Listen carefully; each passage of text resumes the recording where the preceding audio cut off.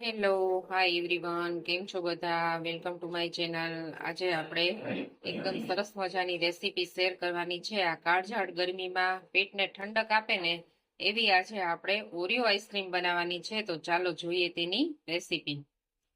મેં અહીંયા છે ને ઓરિયો આઈસ્ક્રીમ બનાવવા માટે અડધા લીટર જેટલું દૂધ છે ને મેં ઉકળવા મૂકી દીધું છે. ફૂલ ફેટ મિલ્ક લીધું છે. હવે છે ને એમાંથી મેં થોડુંક મિલ્ક છે ને કાઢી લીધું છે. આમાં આપણે 2 ચમચી જેટલો કોર્નફ્લોર એડ કરશું. કોર્નફ્લોરની સ્લરી બનાવશું અને દૂધમાં એડ કરી દઈશું. કોર્નફ્લોરની સ્લરી તૈયાર થઈ ગઈ છે. હવે એને આપણે દૂધમાં એડ કરી દઈશું. કોર્નફ્લોરની સ્લરી છે ને દૂધમાં એડ કરી દીધી છે. હવે આપણે 2 મોટા ચમચા જેટલી ખાંડ આમાં એડ કરશું. ખાંડ આપણા ટેસ્ટ એકોર્ડિંગ લેવાની છે. અને આમાં ઓરિયો બિસ્કિટ હોય છે, ગળ્યા તો હોય જ છે, એટલે આપણે એ પ્રમાણે ખાંડ એડ કરવાની. હવે આ દૂધને છે ને આપણે એકદમ ઉકાળી લેશું. થોડું હલાવતું રહેવાનું એટલે નીચે બેસે નહીં. એકદમ ઉકાળી લેશું આપણે. દૂધ છે ને થોડું ઉકળવા આવ્યું છે. આમાં પાણી દૂધનું હવે બળી ગયું છે અને એકદમ જો ઘટ દૂધ થઈ ગયું છે.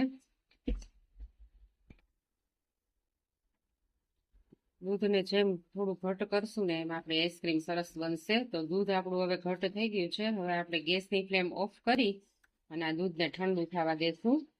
પછી એને છે ને એક ડબ્બામાં પેક કરી અને 6 થી 7 કલાક માટે ફ્રીઝરમાં રાખી દેશું.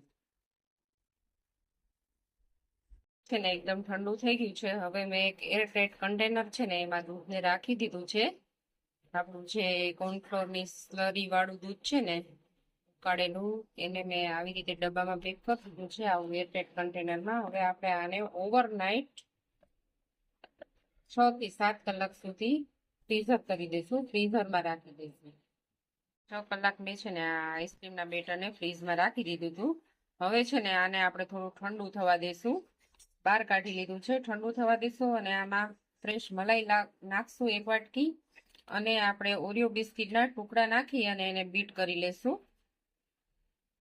તો આ આઈસ્ક્રીમ છે ને એને મેં આવી રીતે એક બાઉલમાં કાઢી લીધી છે. આવી રીતે એને પીસ કરી નાખ્યા છે. અને આ આઈસ્ક્રીમનો બેઝ છે ને આપણો, હવે એમાં છે ને આપણે આ મલાઈ છે ને 1 વાટકી જેટલી મલાઈ છે એડ કરી દઈશું.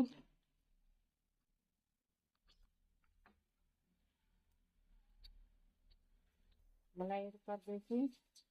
પછી આ છે ને ઓરિયો બિસ્કિટના ટુકડા છે એડ કરી દઈશું. અને થોડું આ મેલ્ટ થાય ને અને આવી રીતે મિક્સ કરીને થોડું મેલ્ટ થાય ને એટલે આપણે છે ને આને આ હેન્ડ બ્લેન્ડરની મદદથી છે ને આને ફેટી લેશું.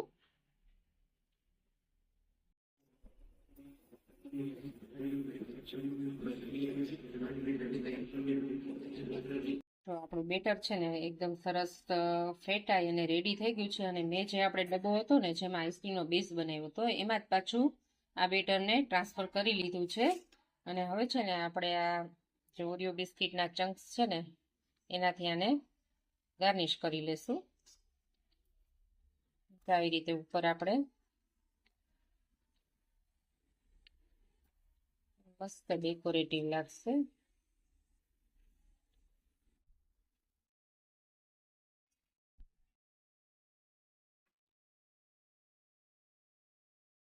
હવે છે ને આપણે આને ઓવરનાઇટ ફ્રીઝમાં 6 થી 7 કલાક સુધી જામવા માટે રાખી દઈશું. આપણે છે ને બરફ ના થાય ને એ માટે મેં અહીંયા એલ્યુમિનિયમ ફોઇલ લીધું છે.